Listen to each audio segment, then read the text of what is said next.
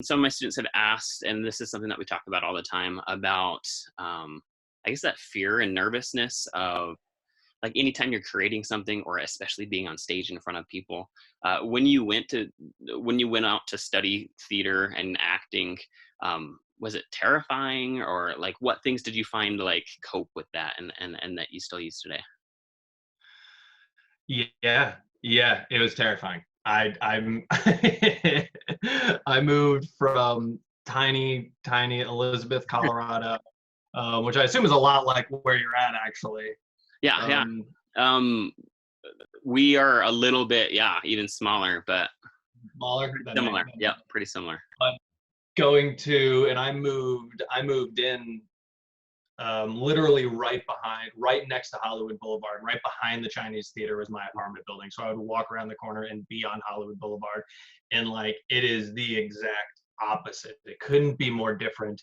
And, and yeah, at first scary than being in Elizabeth, where you knew everyone knew everyone. You knew exactly where everything was. And there was so much space where you could go and be yourself and do whatever you needed to. And everyone was just so on top of each other in Hollywood. There were just so many people that just felt overwhelming, literally moving into apartments where people are stacked on top of each other, and there's just never really being alone.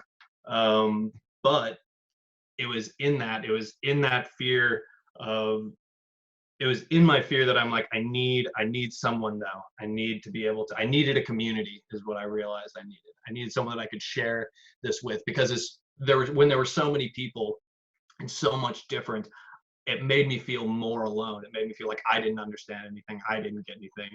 And so what I found was, especially when I went to school, when I started going to work and I went to school, um, was I found people who were in the exact same place, that they didn't know what to do. They didn't know what to do. This was super intimidating. Everything was different. And through our own fear, we were able to find a connection. And through that connection, we were able to find strength.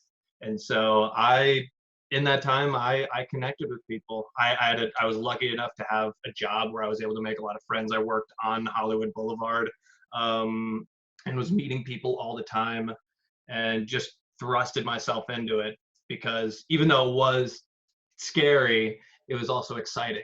And one of the first lessons and one of the biggest lessons I ever learned was that, like, nerves are nerves. When you're excited about something or when you're scared about something, your body's doing the same thing. The only thing that changes is your perspective of it. When you have excitement, you are looking forward to what's going to come, and your body is riddling with excitement, and you're on a roller coaster, and you know the fun part's coming.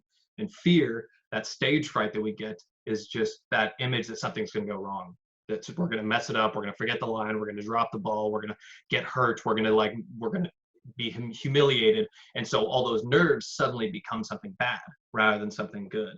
So where I could feel attention, I knew I needed to give attention to. That's where I needed to go, where I could feel attention in myself of something. I was like, cool, lean into that. And I guess that's just how I learned everything, I guess. But so I would, and also balance that with what just makes you happy.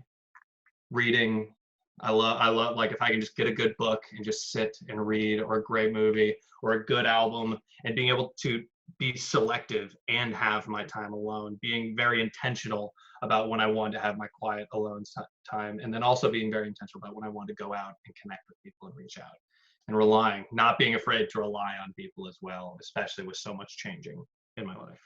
Yeah, yeah, I like that. Um, Going off that, you and I were talking the other day, and then I'm trying to remember. You talked about this. Oh, it's going away on me now. Um, you talked about, I guess, in theater when you get, or when you're acting, and getting into a character, being able to put yourself 100% into that character, but also having the stability to pull yourself back out of it. Um, Yeah. Yeah. I liked that a lot. How does that help you? I guess with your confidence and with that, like maintaining that stability in your own life. And if you just want to kind of give some background on that. Perspective, confidence, and perseverance. And I think that's exactly the process that I'm talking about right now, of that fear versus excitement, and that perspective, gaining perspective of like what's about to happen, what's going to be going on, and then knowing that you have and then that confidence to be able to walk right into it, and the perseverance to never quit, because you're going to keep going, you're going to keep doing things. But I think what's really important about that, and part of that perspective, is finding a stability. And stability is a word that I use a lot in my practice, and we use a lot in the process that I continue to use in my class.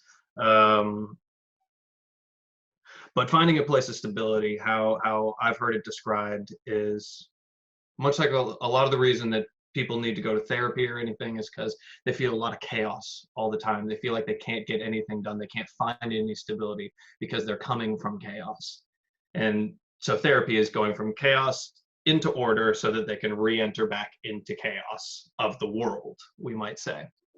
While an artist who is taking on other characters' problems, other characters' lives, all this sorts of stuff, if we're going to do that, we need to do the opposite, and we need to be able to have an order to enter into the chaos of a character, so that we can also then come back to our order and know us and be able to have those separations. Because yeah, everyone wants to just lose themselves in the character, but no one ever truly loses themselves in the character, because it's dangerous, not just to yourself, but to others. We all know the worries of method acting, of where someone actually is going to go and do all the things that their character does. Or if someone was losing and not paying attention, if they lost themselves fully in the character, you have to do a fight scene, you can't actually fight the person.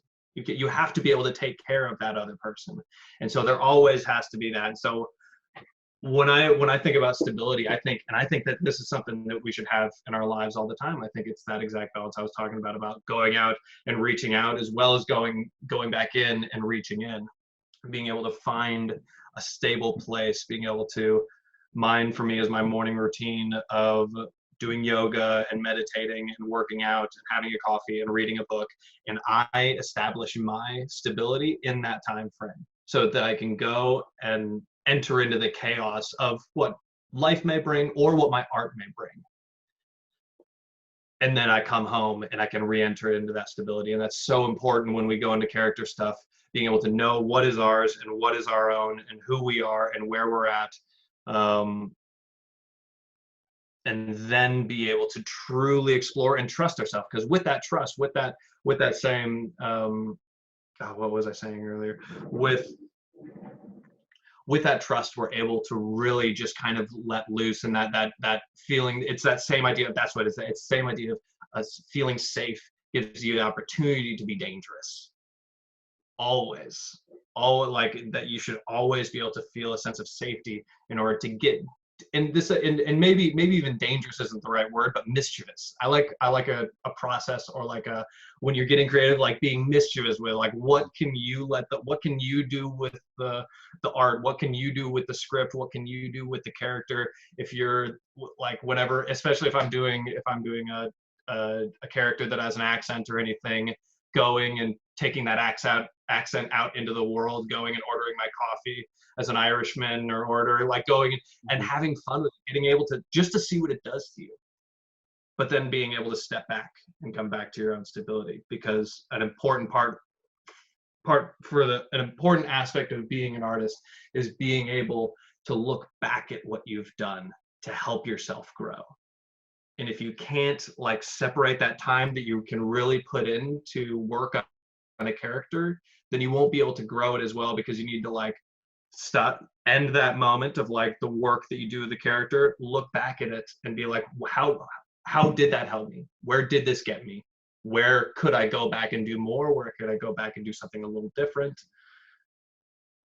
In that space, that's like that's and that needs to be done from a sober mind, and not sober mind like drinking or like anything like that, but a sober mind from like releasing yourself from the emotion of the character, or releasing yourself from the emotion of the moment, whatever may be happening. Because if you don't, you're going to be seeing it through the eyes of a character, and that can be very dangerous depending on what character it is.